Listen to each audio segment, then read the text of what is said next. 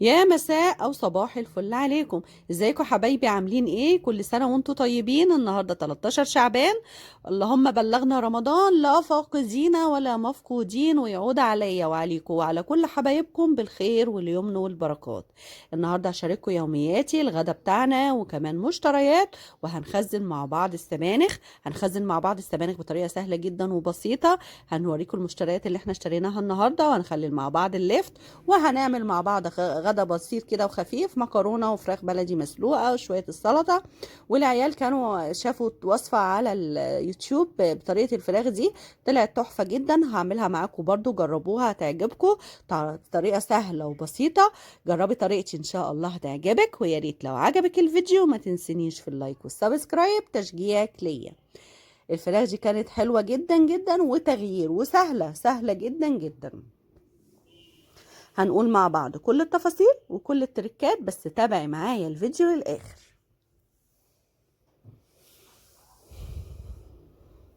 عملنا المكرونة، والمكرونة من الحاجات اللي الولاد بيحبوها جدا. الفراخ دي كانت حلوة وكان طعمها حلو، وكانت دايبة كده، مستوية كده ودايبة.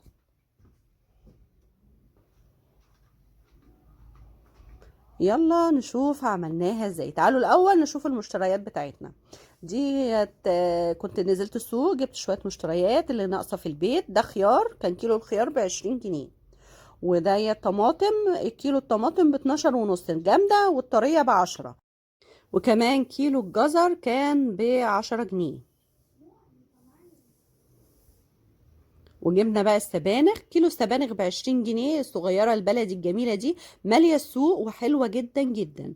وجبت كمان كيلو فلفل على شطة ب30، والتلات خصات ب10. وجبت تقريبا 4 كيلو ونص لفت ب25 جنيه. بس دي كمية السبانخ اللي هنخزنها، وده اللفت. تعالوا نشوف عملنا اللفت ازاي الأول. انا اللفت خدته نقعته شويه في الميه، وبعدين غسلته كويس جدا جدا جدا، وحطيته قطعته وحطيته في المصفى.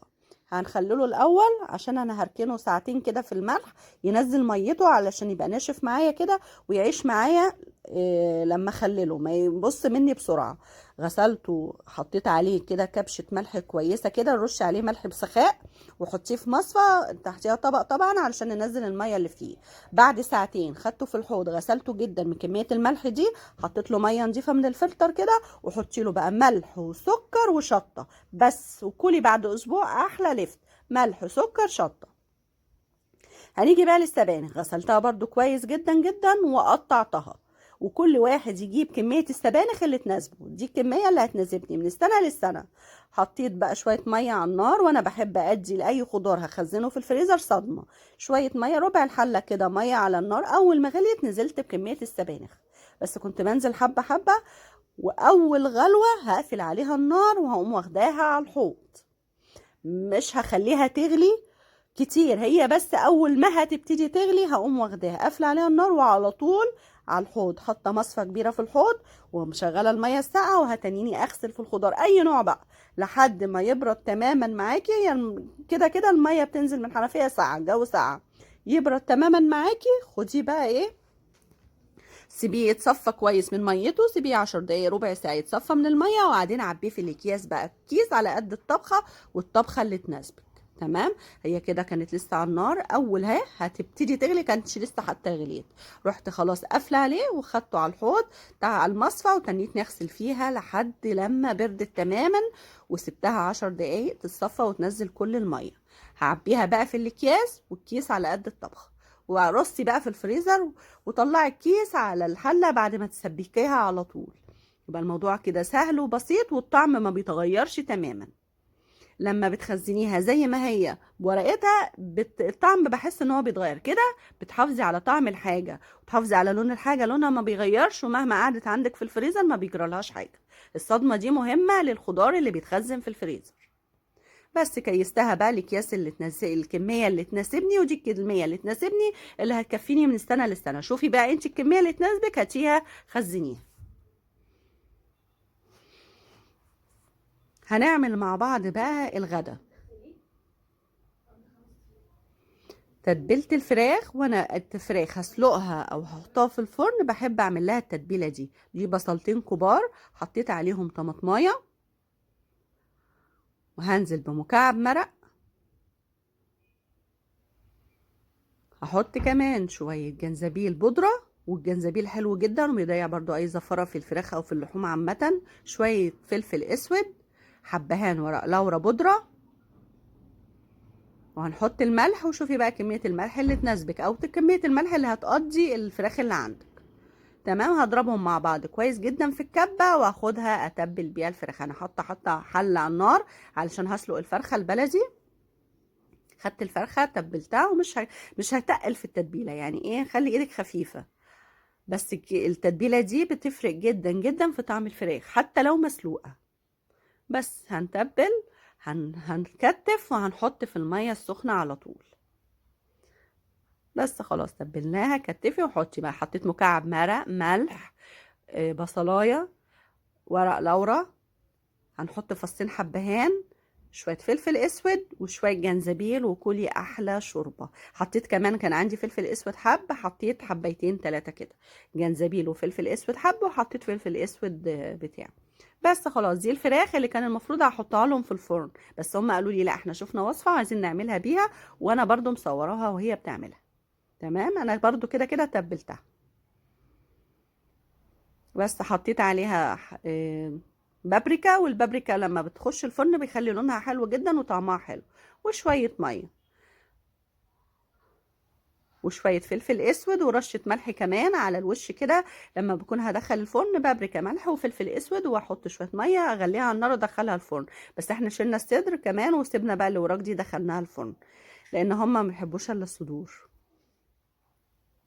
خلاص بقى كنت خليت لها الصدر، وهتعمله بالوصفه اللي شافتها على اليوتيوب. ده مكعبين زبده حطيناهم على النار على الجريل، عندكيش الجريل اي مقلة عندك، حطينا شويه زيت عشان الزبده ما تتحرقش. ده كنت بسلق المكرونه، ميه غليت حطيت لها ملح، وحطيت المكرونه برضو كميه المكرونه اللي بتناسبك. بس كانت الزبده ساحت والمقله سخنت وحميت معايا جدا، فحطينا الفراخ. بس كده هقفل على الجريل عشان الفراخ تستوي معايا كويس جدا.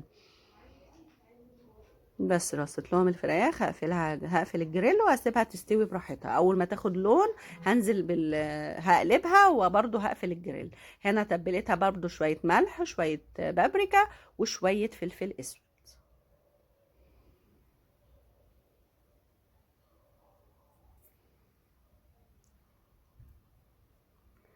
انا مهديه النار، مش عاليه قوي مش واطيه قوي، وسط، خير الامور الوسط.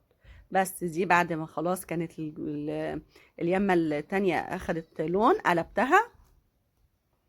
وبرضو هقفل عليها الجريل عشان الفراخ لازم تستوي كويس جدا. الفراخ ما ينفعش تبقى نص سوا او ناقصه حاجه سوا، لازم تستوي كويس جدا. فبقفل عليها الجريل عشان اضمن ان هي مستوت. كده كانت خلاص الفراخ جاهزه واستوت جدا معايا من الجنبين. هنا بقى دي الصلصة، دي طماطم ضربتها صفتها، مكعب مرق، ملح، فلفل اسود، جنزبيل، شطة، وفصين توم، وشوية جنزبيل. ديت اللي هنزل بيها دي صلصة المكرونة.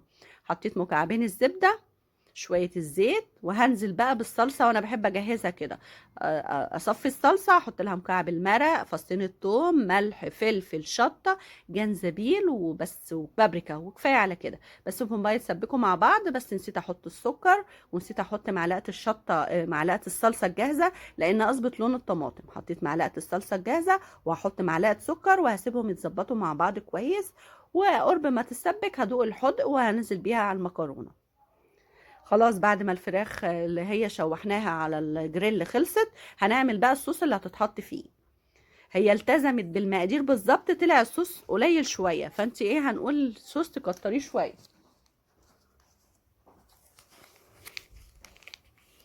حطت حتتين زبده على النار، حطينا فصين توم، شويه ملح وبابريكا وشطه، يبقى شويه حته قطعتين زبده. او احنا خدنا صفينا اللي باقي من الفراخ اللي شويناها عليها على الجريل، صفينا الزيت والزبده وخدناها، وزودنا عليها مكعب كمان.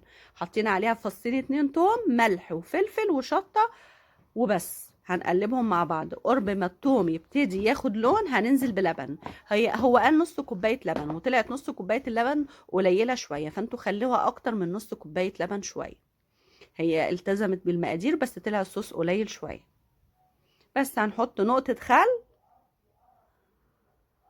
شويه خل صغيرين، معلقه خل صغيره. هنقلب وهنزل الفراخ في الصوص ده، وكان طعم الفراخ حلو جدا. هتاخد غلوة على الجنبين، يعني هنحطها وتاخد غلوة، هنقلبها على الجنب التاني، هتاخد غلوة في الصوص ده ونقفل. هي كده كده الفراخ مستوية، بس احنا عايزينها تشرب من الصوص. بس كده هنقلبها بقى على الجنب التاني تاخد من الصوص كده. بس انتي كتري شوية اللبن علشان الصوص لما عقبال ما غليت الفراخ في الصوص ده كانت الفراخ الصوص كان قليل.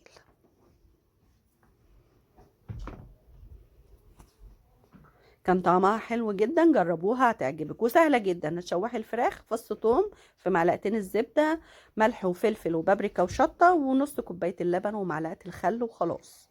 بس غرفتها لهم كده على المكرونه وهم اكلوا وانبسطوا وقالوا لي حلوه جدا. هنيجي بقى الفراخ بتاعتنا برضو قدمناها، كانت الفراخ خلاص اتسلقت وحمرتها في معلقه سمنه وخلاص قدمتها شويه الشوربه، وعملت طبق سلطه برضو للي يحب.